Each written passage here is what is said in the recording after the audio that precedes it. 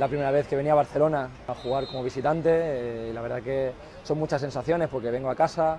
veo a mi familia, estoy estando lejos, pues claro, lógicamente les echo de menos y la verdad que son muchas emociones y siempre, quizá un poco con los nervios, ¿no? de venir, de ver a la gente, de saludar pues, a mis amigos, a mi familia y la verdad que pues, bueno, la sensación ha sido de emoción y enorme.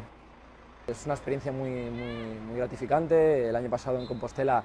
estuve muy contento, pese a que al final deportivamente pues, fue un poco de altibajos, pero fue una experiencia muy intensa y la verdad que este año estoy muy contento porque he tenido la suerte de recaer en un club que me está tratando muy bien, un entrenador que me está dando muchísima confianza y un vestuario que somos una familia. Estoy jugando en todas las posiciones, ¿no? Acostumbrado de estar incluso de delantero, aquí estoy jugando de media punta, de pivote, incluso pivote defensivo, he jugado en banda, el míster me utiliza allí donde cree adecuado. De donde esté,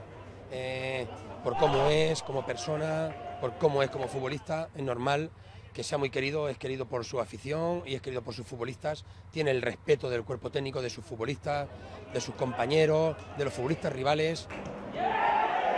Si surge la oportunidad volvería a casa porque bueno, lógicamente también se echa de menos muchas cosas, pero si tengo que volver a seguir fuera, pues seguiría fuera porque la verdad es que estoy disfrutando mucho, tengo la suerte de que mi mujer me sigue ahí donde voy y que estoy disfrutando con ella. Sería una alegría que pudiese estar aquí en un equipito cerquita para seguirlo, pues como siempre hemos estado desde pequeño, que lo hemos seguido donde quiera que ha ido a jugar, hemos estado con él.